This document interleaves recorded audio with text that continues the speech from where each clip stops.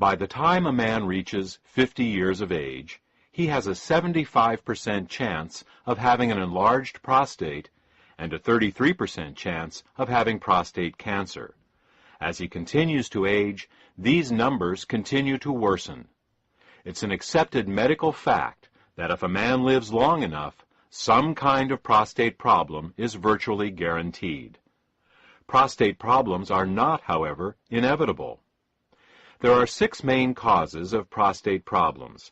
These are hormonal imbalances, cancer, zinc deficiency, cadmium toxicity, calcification, and infection. In this audio presentation, we will discuss each of these 6 problems in detail, and then for each problem, tell you which natural ingredients are most effective at addressing each particular problem. Should you want a product with all of the ingredients for each of the problems we are about to discuss, they are available in the Sistosterol product. Now, let's begin with hormonal imbalances and cancer, as these 2 problems are intimately related. Up until his early 30s, a man produces more testosterone than estrogen. Yes, you heard right. Men produce estrogen. This is natural and is nothing to worry about. Men produce estrogen and women produce testosterone.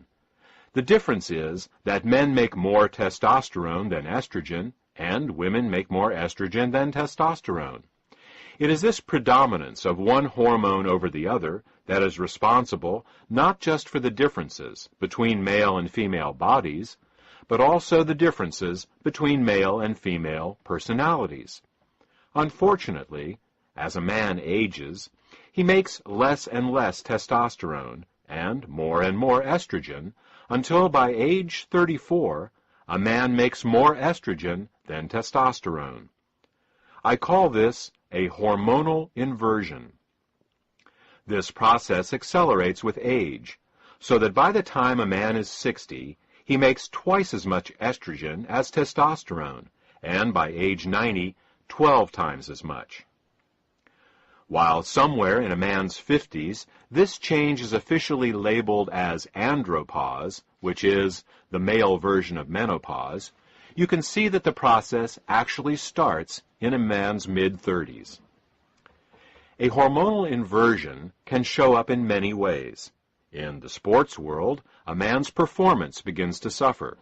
This is why you don't see many professional athletes at the top of their game past age 40. Muscle size and tone decreases, and fat begins to accumulate.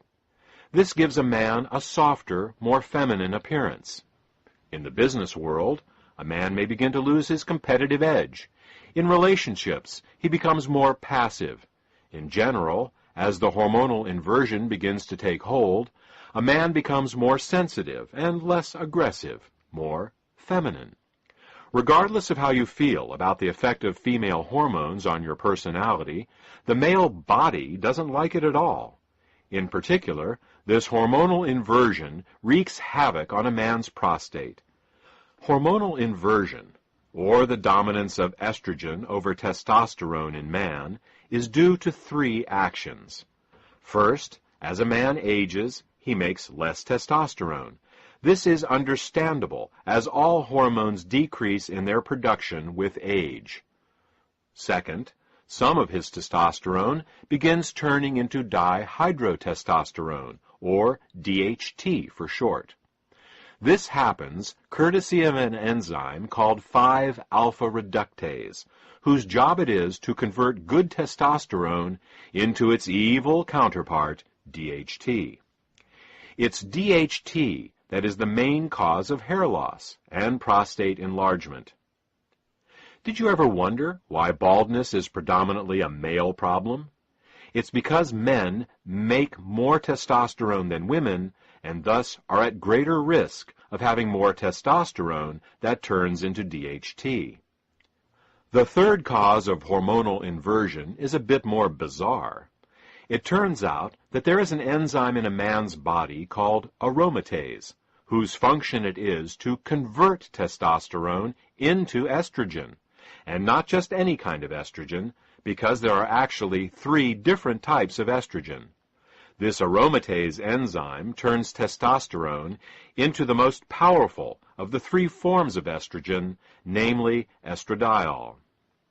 Thus, as a man ages, he not only makes less testosterone, but what little testosterone he makes, his body then turns into DHT and the estrogen estradiol. Now, we already know the DHT causes hair loss and balding. What does estradiol estrogen cause? Aside from feminization of the body and personality, estradiol causes cancer, and most specifically, prostate cancer. So, just what are the odds of this happening to any given man? As we said in the introduction, in terms of prostate enlargement, by age 50, 75% of all men have an enlarged prostate, and by age 50, 33% have prostate cancer. Prostate cancer is the most common non-skin cancer in the United States, and the second leading cause of death from cancer among U.S. men, after lung cancer. As a man gets older, these numbers get much worse, and if a man lives long enough, prostate enlargement and cancer are virtually guaranteed. Medical treatments for an enlarged prostate and prostate cancer often leave men in diapers, unable ever to have sex again. So what do we as men need to do? We need to increase testosterone production, block the enzymes 5-alpha reductase and aromatase, and find some way of dealing with a prostate that has already become cancerous and enlarged. Alternative medicine has identified many natural ingredients that can help us do this, but the best of all of them are beta-sitosterol and ellagic acid. Beta-sitosterol suppresses both 5-alpha reductase and aromatase, so that takes care of DHT and estrogen. In terms of prostate cancer, animals treated with beta-sitosterol had 43% smaller tumors and had 1/2 the rate of metastases over untreated animals. Ellagic acid works by causing cancer cells to actually self-destruct. The technical term for this is apoptosis.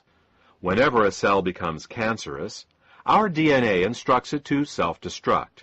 This is one of the most powerful safeguards we have in preventing cancer.